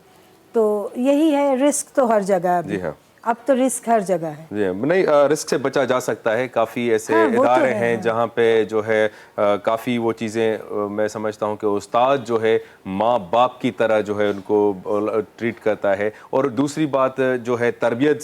जो की बात करें कि माँ बाप को जो है ख़ास करके उनको बच्चों को दोस्त करना चाहिए। ये तब होता है जब बच्चे जो है माँ बाप जब उन पर ट्रस्ट नहीं करते, उनको स्पेस नहीं देते, तो बेटा अगर तुम्हारे साथ कोई इशू है मेरे साथ शेयर करो, whatever issue is, ठीक है, कोई सा भी इशू हो वो बिना झिझक अपना माँ बाप को दोस्त समझ के करे। तो मैं समझता हूँ कि ये चीज़ें नहीं होंगी। नहीं, ये तो शुरू से है, बल्कि कई दफ़ा माँ बाप घर से ही बता कर जाते हैं, भेजते हैं कि बेटा बाहर कोई मसला हो तो ज़रूर मुझे बताना, कभी भी कोई ऐसी कन्वर्सेशन आपकी ऐसे ही होना चाहिए, तो होना चाहिए। और अक्सर बच्चे बताते भी हैं। बिल्कुल, माँ बाप के साथ फ्रेंडली रिश्ता होना चाहिए, ये सबसे बेहतर हल है। बिल्कुल बिल्कुल सही। असां उहा ई ॻाल्हि पिया कयूं कि हिकिड़ो मतलब सुसाइड्स जेके कुझु नौजवान छोकिरियूं कयूं या जेको सो उन्हनि खे इहो कि ब्लैकमेल थियनि पियूं, त पोइ जेको सो जेको ॾिठोसीं असां साइकेट्रिस्ट जेके हुआ जेको ॿुधाइनि पिया त यार माउ पीउ खे जेको आहे सो स्पेस ॾियणु खपे, बजाए हिन जेको पंहिंजे बॉयफ्रेंड जेको जंहिंसां प्यार थी करे छोकिरी उन जे कंधे ते रोए, त हो जेको आहे सो पंहिंजी डिज़ायर पूरी करण जे लाइ उनखे इस्तेमालु थो करे, ब्लैकमेल थो करे, ऐं छोकिरी जो अंत पंहिंजो आणे थी। त माउ पीउ जे कंधे ते छो न रोए, उते उनखे ॿुधाए त मूंसां हे तकलीफ़ आहे, ताकी उन जहिड़ो को दोस्त मां चवंदो आहे ई कोन। अच्छा साईं, ॻाल्हि पिया कयूं पंहिंजो जेको आहे सो फाइनेंशियली मतिलबु जेको आहे सो जानवरनि जे हिसाब सां पाण कचहरी पिया कयूं कि असां जूं रूरल जेके ख़वातीन आहिनि, त अच्छा जेको आहे सो उन औरतुनि खे बजाए हिन जेके गवर्नमेंट जेको आहे सो वज़ीफ़ा 3000 4000 5000 महीने में ॾिए थी, त मां सम्झा पियो कि इहा आदतूं ख़राबु करणु हिन, ऐं मायूं वीचारियूं ATM में लॻियूं पियूं आहिनि, वीचारियूं उन्हनि खे बि कमीशन ॾिए 3000। मां सम्झा पियो कि औरत खे एम्पावर करण जे लाइ इहे जेको जानवरनि वारी जेके पॉलिसी जेको आहे सो ॾिनी वञे त उन्हनि खे पंहिंजे पेरनि ते खड़ो कयो वञे, त इन खे तव्हां कीअं था ॾिसो? मां पाण इन फेवर जो आहियां। त हू हिकिड़ो कहावत बि आहे न, त मच्छी ठाहे ॾियो, हिन खां बहितर मच्छी पकड़णु सेखारियो। त आउं इन फेवर जो आहियां त तव्हां उन्हनि खे कारोबार करणु सेखारियो, पंहिंजो कमाइण जो सेखारियो, उन लाइ तव्हां सपोर्ट कयो। उन में ॾिसो हींअर जेका एग्रीकल्चर जी हालत आहे या जेके ॿारड़ियुनि में गुरबत आहे, पॉवर्टी रेशियो तव्हांखे ख़बर आहे सिंध जी जेका आई आहे त केतिरो पॉवर्टी रेशियो असां वटि तमामु घणो आहे। त उन जो हल इहो आहे त औरतुनि ते भरोसो कजे, ट्रस्ट कजे, ऐं औरतूं वधीक ट्रस्ट वठी थियनि। मुंहिंजी पंहिंजो एक्सपीरियंस बि आहे पर्सनल। साईं फाइनेंसिस खे ॾिसनि औरतूं, औरतूं वधीक ट्रस्ट वठी थियनि त उन्हनि खे जेकॾहिं ॿकरियूं, चंद ॿकरियूं वठी ॾिजनि, हुन सां गॾु हिकिड़ो नर वठी ॾिजे या कुकड़ियूं,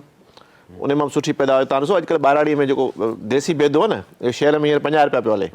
त जेकॾहिं रुॻो जेकॾहिं 20 कुकड़ियूं हुजनि ऐं डेली 20 बेदा अचनि, जे 30 रुपया बेदो वञे त उनजो घर हली पए। सही ॻाल्हि आहे। त एम्पावर करण लाइ ये गवर्नमेंट मुख़्तलिफ़ प्रोजेक्ट गवर्नमेंट जे आहिनि, पर उन तरह सां मॉनिटर कोन थो कयो वञे या उन्हनि खे उन तरह जी ट्रेनिंग कोन थी ॾिनी वञे। त उन लाइ ट्रेनिंग जी ज़रूरत आहे। ऐं एम्पावर औरत जॾहिं एम्पावर थिए थी त मूं पाण पर्सन ॾिठो त केॾी ख़ुशि हूंदी आहे। त आउं पंहिंजा कमाए थी, ऐं पोइ जॾहिं घर में मर्द जी हले थी, जॾहिं मर्द कमाए थो त मर्द, ऐं जॾहिं औरत कमाए थी त औरत जी हले थी। वधीक मूंखे लॻे थो तव्हां एक्सप्रेशन्स मां बटू में जेके पैसा हूंदा इहे बि घरां विधा हूंदा, उनजे चेहरे ते ख़ुशी अची वेंदी आहे, हिकिड़ी अहिड़ी ख़ुशी अची वेंदी आहे जेका मूं पंहिंजी अखियुनि सां ॾिठी आहे। ऐं मूंखे ॾाढी ख़ुशी थींदी आहे त औरतुनि खे एम्पावर कजे। ॿाराड़ियुनि वीचारी औरत तमामु जेका आहे सा पुठिते आहे, उनखे सपोर्ट कोन्हे, उनखे लाइव स्टॉक सेक्टर में कमु करे, उनखे सपोर्ट करे असां एम्पावर करे सघूं था, बहितरीन क़िस्म जो कमु करे सघिजे थो ॿाराड़ी में। ऐं मुंहिंजी पंहिंजी ज़ाती ख़्वाहिश आहे ऐं उन ते थोरो घणो कमु कयां बि पियो। सही साईं, भला इहो जेको आहे सो जीअं चइजे माना जेको आहे गाह जी हिन टाइम ज़मीन शॉर्ट थी वई आहे, जी बिल्कुलु, ठीकु आहे, आबादी न पई थिए, ज़मीन जेकॾहिं आहे बि कंहिं वटि गाह नथो थिए, त मतिलबु जेकॾहिं ॿकरियूं कंहिं रखियूं आहिनि त उन जो को अहिड़ो को तरीक़ेकार आहे, को माना ज़ाहिरी ॻाल्हि आहे ज़राइत बि उन तरक़ी कई आहे, हाइब्रिड जेको सिस्टम आहे, तव्हां चवंदा 120 गज़ जो जेकॾहिं तव्हां वटि प्लाट आहे या 20 बाय 20 जो बि तव्हां वटि प्लाट आहे, उन मां बि तव्हां घणो कुझु करे सघो था। अहिड़ो कोई गाह, अहिड़ी काई खुराक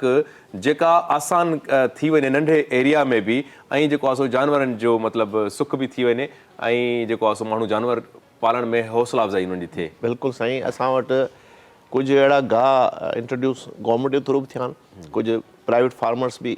माना जेके तव्हांखे 10 साल ताईं फसल ॾींदा। 10 साल ताईं? 10 साल ताईं। अच्छा, बहितरीन क़िस्म जा गाह आहिनि जेके तव्हां उन एरिया में पोखियो, उहो तव्हां कटींदा रहो, बार बार उहे वधंदा असां त रुगो जंतर ऐं लूसण ॿुधो आहे। न गाह थोरो सॉरी मूंखे हींअर थोरो हुनजा नाला थोरा ज़हन तां लही विया आहिनि। 2 शायदि मशहूरु गाह हिकिड़ा अहिड़ा आहिनि जेके इंट्रोड्यूस गवर्नमेंट तौरु सेवो चवंदा आहिनि, हिकिड़ो जेको सॼो साल थींदो आहे, अहिड़े टाइप जो कुझु नालो ॿाहिरि जा हुआ ग्रासिस आहिनि कुझु। हाणे त इलाही हिते कुझु अहिड़ा आहिनि जेके हिते हाणे हितां पाकिस्तान मां ॿाहिरि पिया वञनि। अच्छा, हा, छो त उहो गाह एतिरो थिए थो, असांजे हारियुनि खे ख़बर ई न। हा, असांजे माण्हुनि खे इहे ज़राअत जे बारे में काफ़ी शयूं आहिनि, इलाही माण्हुनि ताईं अवेयरनेस कोन्हे। सही, त अहिड़ा गाह आहिनि, ख़ुशकिस्मती आहे त इहे इंट्रोड्यूस थियल आहिनि ऐं माण्हुनि ताईं। ऐं जॾहिं चवंदो न, जॾहिं तव्हां कंहिंखे एम्पावर कयो था, जॾहिं तव्हां उन्हनि खे जानवरनि जे हवाले सां त उन सां गॾु इहा ॼाण बि, इहो हिकिड़ो एक्सटेंशन वर्क आहे, माण्हुनि ताईं ॼाण बि पुॼाइजे। त उहा ॼाण जे माण्हू खे हूंदी त उन लाइ आसानी थी पवंदी जानवर रखणु, प्लस उनखे ख़बर हुजे त अहिड़े क़िस्म जो गाह मिले थो, पोखे सघिजे थो। थोरी ज़मीन हुजे त उहो 12 महीना तव्हांखे उहो गाह मिलंदो पियो। वाह वाह, तमामु बहितरीनु ॻाल्हि साईं तव्हां कई आहे। इनायत असां सां इनायत, तव्हां मूंखे ॿुधायो त बेसिकली तव्हांजो किथां खां आयो, कीअं शौक़ु तव्हांखे ॻाइण जो शुरू थियो? 94 जो दौर हूंदो, कैसेटियूं वग़ैरह ॿुधंदासीं, ऑडियो तो बहितरीनु दौर हो। उन दौर खां पोइ हाणे कोशिशि में लॻा पिया आहियूं। हा, तव्हांजो उस्ताद कहिड़ो आहे? उस्ताद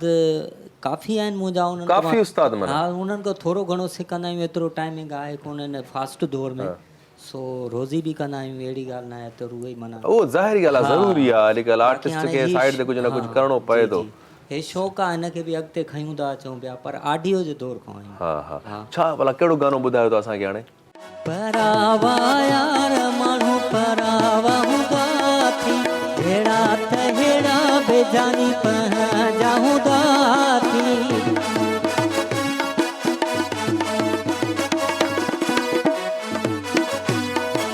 परावा यार माण्हू परावा हूंदा थी, जहिड़ा त हेड़ा बेजानी पंहिंजा हूंदा, पंहिंजा हूंदा थी। हेड़ो जानी यार, हेड़ो जानी यार भला छो थी पियो आहे, पाण तूं असां खां थियो परे आहे, हो पाण तूं असां खां थियो परे आहे। मुंहिंजो तोसां प्यार, मुंहिंजो तोसां प्यार सोना साॻो ई आहे, पाण तूं असां खां थियो परे आहे, हो पाण तूं असां खां थियो परे आहे।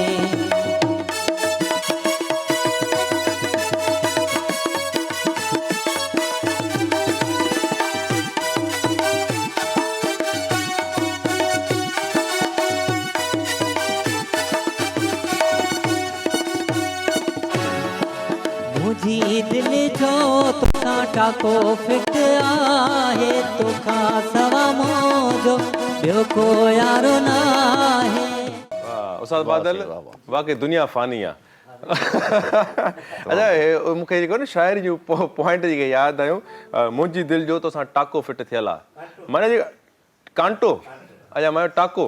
पोइ। हाँ, असल में आसिफ भाई ॻाल्हि असल में इहा आहे त अॼुकल्ह जो जहिड़ो दौर हले थो न, त शइ बि उन हिसाब सां लिखे दौर ख़राब थो हले, दौर जे हिसाब सां शइ इनायत त सही आहे, सुठी शाइरी आहे, पर बहरहाल मज़ाक मश्करी बि असां कंदा रहंदा आहियूं, ठीकु आहे न। तो टाइम थी वियो आहे कमर्शियल ब्रेक जो, व्यूअर्स मिलूं था हिन ब्रेक खां पोइ। मुझे सिंध के सलाम सलाम सुन, मुझे सिंध के सलाम सलाम सुन,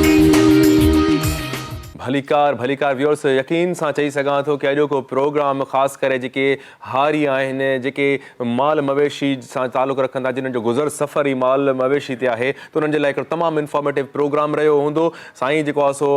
असुदानी साहिबु जेको आहे जहिड़े तरीक़े सां अॼु जेको आहे सो असांजे माण्हुनि जी रहनुमाई कई आहे। सलाम सिंध, असांजो मक़सदु इहो आहे कि सलामती हुजे पंहिंजे असांजे सिंधियुनि ते, पर हे सिंध खां पूरी दुनिया ताईं हे जेको आहे सो प्रोग्राम ॾिठो पियो वञे ऐं सभिनि ताईं जेको आहे सो इहा इंफॉर्मेशन पुगी हूंदी। ऐं मां वरी जेको आहे सो गुज़ारिश कंदुमि जेके बि असांजा ख़ासि करे जेके जानवरनि सां जेको जिन्हनि जो गुज़र सफ़र हले पियो, उन्हनि खे त पंहिंजी जेको आहे सो वैक्सीनेशन्स जानवरनि जूं ज़रूरु करायो। गवर्नमेंट जा जेके जेको आहे लाइव स्टॉक डिपार्टमेंट आहे, जीअं आम डिस्पेंसरीज़ हूंदियूं आहिनि, उन्हनि ताईं वञो, उन्हनि खे रिटन में ॾियो त असांजे न सिर्फ़ु पंहिंजे घर जी पर ॻोठ में जेको आहे नंबर ऑफ जेको आहे सो एनिमल्स आहे उहो तव्हां लिखी करे, छो जो तव्हां ॿियनि जे लाइ बि भलाई कंदो त तव्हांजे लाइ भलाई थींदी। सो तव्हां वटि जेकॾहिं एक्सेस आहे, तव्हां पुॼी था सघो त उन्हनि खे ॿुधायो त मुंहिंजे घर में न पर मुंहिंजे ॻोठ में 50 खां 60 जानवर आहिनि, त महिरबानी करे कि सिंधी में जीअं लिखियल एप्लीकेशन ईंदी आहे उहा तव्हां उन्हनि खे ॾियो ऐं उन्हनि खां रिसीविंग ज़रूरु वठो त तव्हां जेको आहे सो असांखां रिसीव कई आहे एप्लीकेशन तव्हांखे ॾिनी आहे, रिक्वेस्ट हिकिड़ी तव्हांखे कयूं पिया त असांजे इन्हनि 50 जानवरनि खे वैक्सीनेशन करायो। इहो वैक्सीनेशन तॾहिं करायो जॾहिं बीमारी उन तव्हां जानवर रखो पिया, तव्हांखे ख़बर हुजणु खपे त कहिड़े वक़्त जी कहिड़े सीज़न में कहिड़ी बीमारी अचे पई, त उन जूं ऑलरेडी वैक्सीनेशन थियणु खपे। ऐं ॿी ॻाल्हि,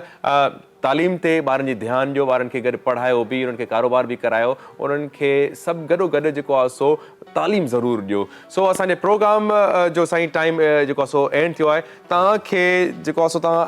एॾा तोहफ़ा जेको आहे सो असांजे पंहिंजा माण्हुनि तव्हांजा ऐं उन्हनि खे ॾिना नंढिड़ो तोहफ़ो GFS बिल्डर्स जी तरफ़ खां तव्हांजे लाइ क़बूल पए। ये मैडम आपके लिए। इसी तरह से आप तालीम को फ़रोग देती रहें और हे इनायत साहब तव्हांजे लाइ। सो व्यूअर्स, टाइम थी वियो आहे चवण जो कि जेको असांखे प्रोग्राम खे स्पॉन्सर जंहिं कयो आहे उहो आहे GFS builders and developers. GFS builders जो नालो बिल्डर्स जी दुनिया में वॾो नालो आहे, बादशाह बिल्डर आहे। बादशाह माण्हू तॾहिं थींदो आहे जॾहिं उहो कमिटमेंट करे पूरी करे। ऐं GFS बिल्डर्स जो जेको आहे सो ख़ासि करे नॉर्थ टाउन रेजिडेंसी फेज़ 4 आहे, ऐं जहिड़ा काफ़ी उन्हनि जा प्रोजेक्ट्स बि आहिनि, उनजे लाइ एतिरो चवंदुमि कि तव्हांखे ज़रूरु इन्वेस्टमेंट करणु खपे ऐं जेको आहे सो तव्हांजे लाइ बि बहितरु आहे, तव्हांजे नसलुनि जे लाइ बि बहितरु आहे, छो जो प्रॉपर्टी जा रेट्स हे टाइम आहे, हे वक़्तु आहे, तमामु लो थी विया आहिनि। ग्लोबली मतिलबु जेको आहे सो जेके क्राइसिस आया आहिनि त उन में जेको आहे सो उन जे हिसाब सां जेको आहे सो उन टाइम प्लॉट जा क़ीमत तमामु घटि आहिनि, त इन मां ज़रूरु फ़ाइदो वठो। पंहिंजो घर जेको आहे सो इहो ख़्वाबु प्रायोरिटी ते रखो ऐं इनखे पूरे करण में ज़रूरु लॻी वञो। सो GFS बिल्डर्स जा नंबर्स तव्हां ॾिसी सघो था, 0301115556 0302825558 जेको नंबर आहे, इन्हनि सां जेको आहे सो फर्दर जेका बि मालूमात तव्हांखे वठणी आहे त उन्हनि सां राब्तो कयो। ऐं मां वरी चवंदुमि उन्हनि खे चओ कि सलाम सिंध में तव्हांजो जेको आहे सो एड ॾिठोसीं ऐं मॉर्निंग शो सिंध TV ते जेको हलंदो आहे, त थी सघे थो त तव्हांखे मज़ीद डिस्काउंट बि मिली वञे। सो व्यूअर्स, ॿियो ॿी ॻाल्हि कंदुमि त जौहर जो शांदा पंहिंजी लाइफ में जेको आहे सो डेली रूटीन में एड करे छॾियो, छो जो अॼुकल्ह मौसम जेको आहे सो पॉल्यूशन जेको आहे सो गिर्द गुबार जेको आहे सो आलूदगी हर जॻह ते आहे। ॻोठनि में तव्हां वेंदो त अॼुकल्ह हले पियो स्मोक हले पई, जंहिंखे चिकुहीड़ चइबो आहे, उहा बि उन मां बि माण्हू मुतासिर थियनि पिया, ॿार मुतासिर थियनि पिया, गले जो ज़ुकाम खंघि बुख़ार में माण्हू इहो वायरस माना तव्हांखे ज़बरदस्त अटैक थो करे, त उनखां बचण जे करे चाहियो पिया त प्रिकॉशन्स वठो। हे एहतियातनि जेको आहे सो जौहर जो शांदा जंहिंजो करशी जो जौहर जो शांदा जंहिंजा का साइड इफेक्ट्स बि न आहिनि। दवाउनि में वेंदो, एलोपैथी में वेंदो त उते जेको आहे सो तव्हांखे उन साइड इफेक्ट्स बि ईंदा, हिकिड़ी बीमारी में निकिरंदो वरी ॿी में ईंदो, एंटीबायोटिक्स खाईंदा रहंदो त उहा एंटीबायोटिक तव्हां ते वरी असर ई न कंदी। त जेकॾहिं तव्हांखे नेचुरल इन में हर्ब्स आहिनि जिन में नुक़सानात बि न आहे, जड़ी बूटियूं आहिनि, त इन मां तव्हांखे फ़ाइदो वठणु खपे ऐं सियारे खे इंजॉय करण जो बहितरीनु तव्हां वटि हिकिड़ी रेमेडी आहे, जंहिंखे चओ टूल आहे, जंहिंखे चओ हथियार आहे, उहो जौहर जो शांदा आहे। तव्हां पंहिंजी सिहत जो पाण ख़्यालु कयो ऐं हे तव्हांजे घर में डॉक्टर आहे। सो वॾी महिरबानी, अवां प्रोग्राम में जेको आहे ॾिठो, असांखे ॿुधो ऐं तव्हांखे ॿी ॻाल्हि कि नओं साल शुरू थियण वारो आहे, नए साल खे भरपूर तरीक़े सां गुज़ारियो। फटाकनि सां फायरिंग सां न, पर नए अज़म सां, नई सोच सां, नए ख़्यालात सां नवां गोल सेट कयो। पुराणे में जेके साल में जेको नाकामियूं थियूं उन्हनि खे विसारे करे नए साल में एंट्री ज़बरदस्त तरीक़े जी हणो जीअं कामयाबियूं तव्हांजा पेर चुमनि। असां तव्हां सां मुलाक़ात कंदासीं हाणे 2024 में। तव्हां पंहिंजो खोड़ सारो ख़्यालु रखंदा, असांखे ॾींदा इजाज़त। अॼु जे लाइ वरी उस्ताद बादल तव्हांखे कलाम ॿुधाईंदा इन इख़्तिताम ते। सिंध सलामत, साथ सलामत।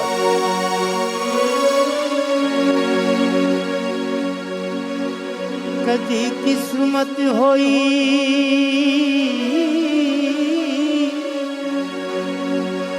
ता मिल रहा सो हो वही रब दी ढोल अमाने दोवें जहाने। उमरा सारी कुछ न थी वई मदद आवई सोहना कुराने दोवें जहाने। लाड गरीब लाड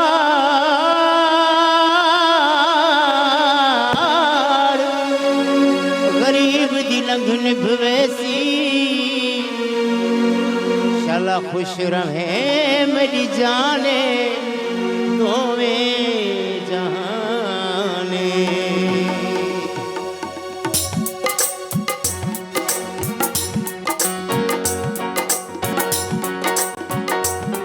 अल्लाहु अल्लाहु अल्लाहु अल्लाहु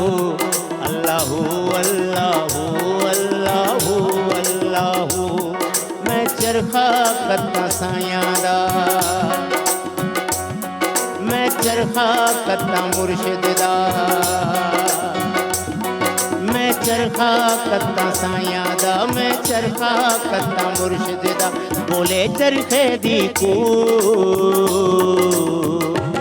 अल्लाहु अल्लाहु अल्लाहु अल्लाहु अल्लाहु अल्लाहु अल्लाहु अल्लाहु।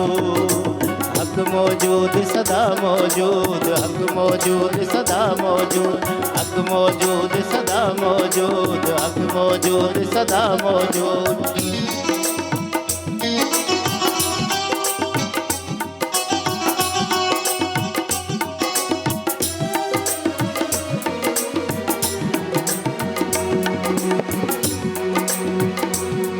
चरखेदा फिरदा फेराए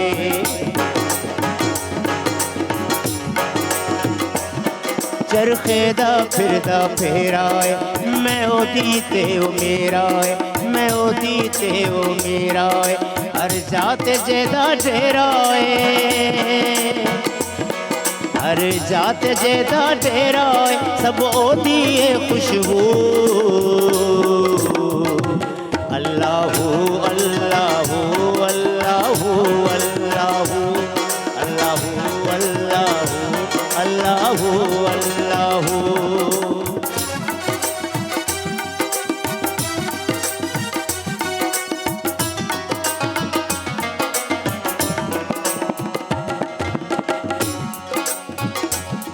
चरखे दा तिकला तीर वांगू मैं मन दी पक्के पीर वांगू।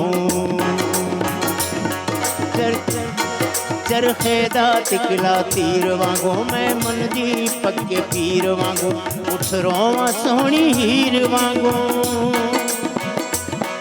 उठ रोवा सोहनी हीर वांगू। बस मेरा तू ही तू अल्लाहु अल्लाहु अल्लाहु अल्लाहु अल्लाहु अल्लाहु अल्लाहु अल्लाहु।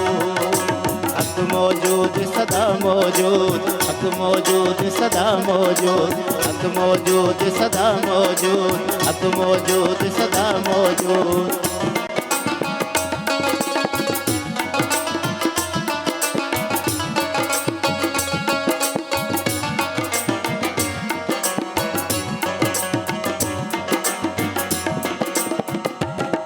बोले दानिश मियाँ कतदी रहो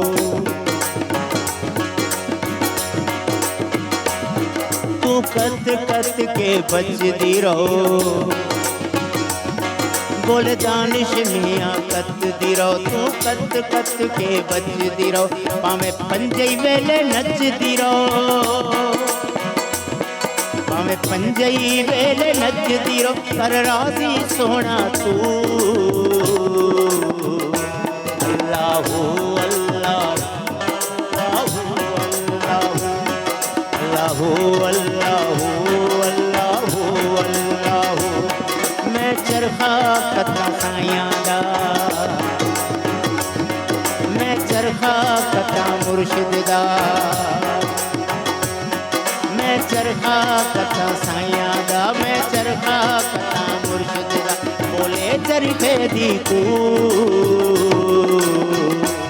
अल्लाहू अल्लाहू अल्लाहू अल्लाहू अल्लाहू अल्लाहू अल्लाहू अल्लाहू हक मौजूद सदा मौजूद हक मौजूद सदा मौजूद हक मौजूद सदा मौजूद हक मौजूद सदा मौजूद मॉर्निंग शो सलाम सिंध जा तमाम एपिसोड्स ॾिसो हाणे HD क्वालिटीअ में विज़िट करियो असांजो YouTube channel Sindh TV HD।